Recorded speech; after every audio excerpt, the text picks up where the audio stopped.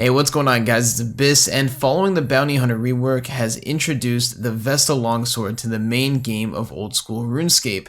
We've seen this item time and time again throughout history, starting in 2008 in PvP worlds, and then coming out for Deadman mode and Last Man Standing, but this has been a very difficult item for the PvP community to get past into the main game. Now, we only have this item for Bounty Hunter worlds, but it presents endless possibilities. The special attack of this item has 4 specs total, and each one will deal near true damage, meaning it ignores your opponent's defense by 75%, piercing their armor and allowing you to hit some extremely big numbers. But in order to get this, we do need to do a little bit of work beforehand. So the clips you're seeing now and the ones you'll be seeing in just a moment are me obtaining the emblems in order to actually buy the Vesta's Longsword. And then of course, we will try our best to get some kills with it. But without further ado, guys, let's get right into the video. And remember to leave a like, comment, and subscribe down below with your username for a chance to win an Armadillo crossbow. I'm going to be doing a bunch of these giveaways over the quarantine, so I really wish you guys the best of luck, and I hope you guys enjoy the video.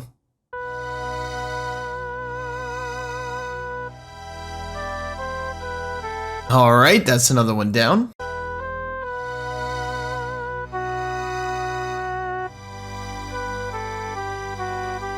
And another one.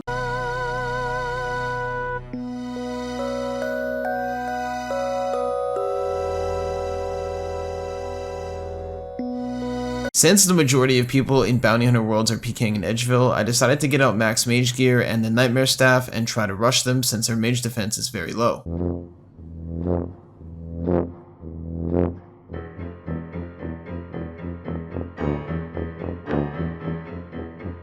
The one downside of this is you don't always get the loot considering you just one-hit them, and of course you need to do more damage than the person that we're fighting to get the upgrade. So after about 4 or 5 hours of Peking, we did end up getting the tier 9, which is all you actually need in order to get the Vesta Longsword. You don't need a tier 10, and we ended up copping that real quick, putting the 50 mil in it to upgrade it so it's usable in PvP, and now it's time to get down to the action. Once I upgraded the VLS to its usable state, I wanted to get a fight right away, so I ran over to Edgeville level 1 and decided to do some Venge Peking.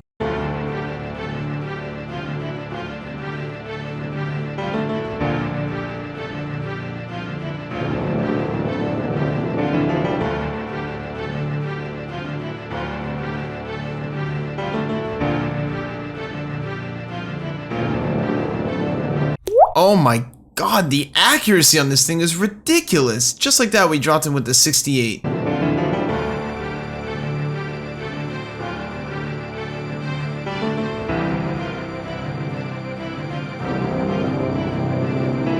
The Bounty Hunter Rework had only been out for a couple hours at this point, and I'm pretty sure the guy that I was fighting didn't even know the VLS was going to be a reward. Oh, you're about to find out.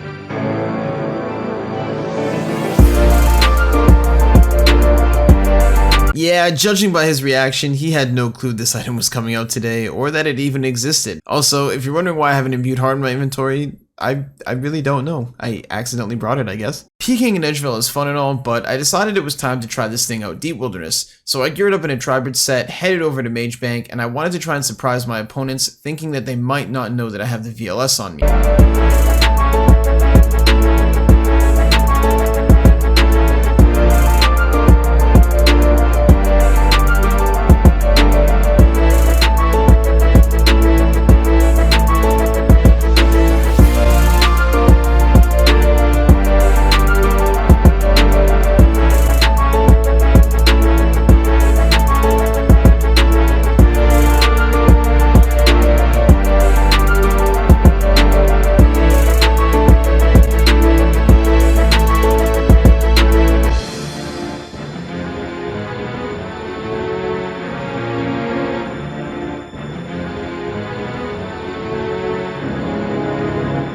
I'm really not too sure how Jagex allowed this thing in the game. Every single time I spec someone, I've been hitting 50 or more. I was standing up at the Gorok or Lava Maze teleport spot, and me and one of my friends were talking while we were waiting for targets, and this guy named Banana just decides to come up and start talking smack.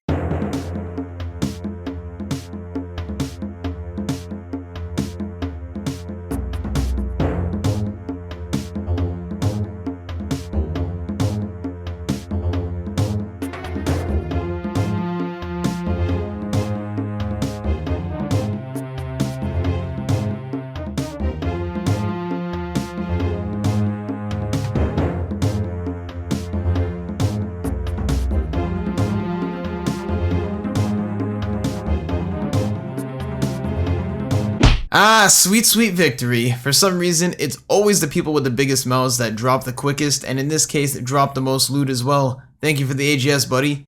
So before I was so rudely interrupted by that free AGS vending machine from the clip before, one of my friends was telling me that he will let me spec him with the VLS 3 times and he will not eat on any of the specs. I won't eat. Biker says 3 specs, he won't eat. Bikers, you're gonna end up getting yourself killed. 1, 2.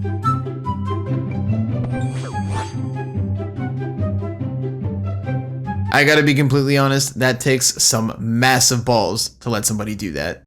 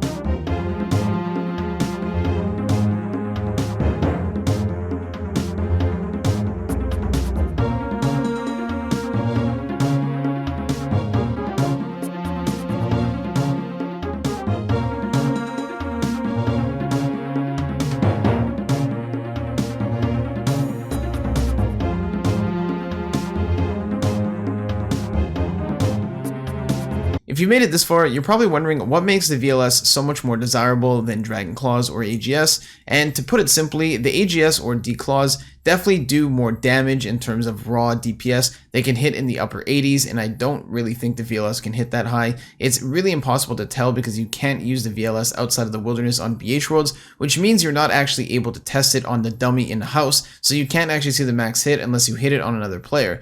Obviously, there's a lot of calculators and stuff out there, but the main reason the VLS is so broken is because it has 4 special attacks, and each special attack, like I said earlier, can pierce through your opponent's defense. So when you're using an AGS or D-Claws, if the other person has some really high defense bonus, or they're in their tank gear, or they have a bulwark on, you're unlikely to do that insane damage unless your bonuses as well are very good, like max strength for example. But with the VLS, you will pretty much always do some damage, and seeing as you have 4 specs, you can actually do more damage overall and wear your opponent's food out pretty much completely.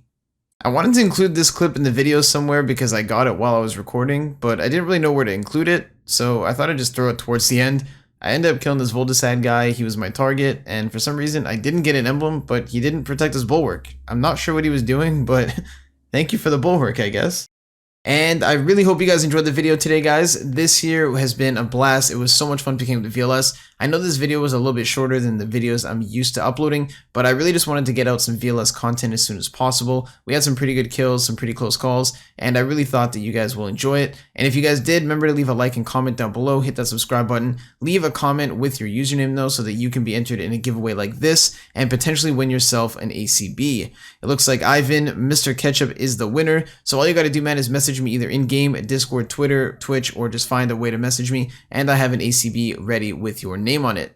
And that is it for today, guys. I just wanted to talk for a quick minute here about the VLS and BH2 and just give you guys some thoughts. So all in all, the VLS is completely busted. It's very fun to PK with. If teams were to be using this, it would be completely broken and a lot more people would die than currently do because of its insane accuracy. Pre-melee only blocks 40% of damage. It does nothing to accuracy, so you will still take a ton of damage even through Protect.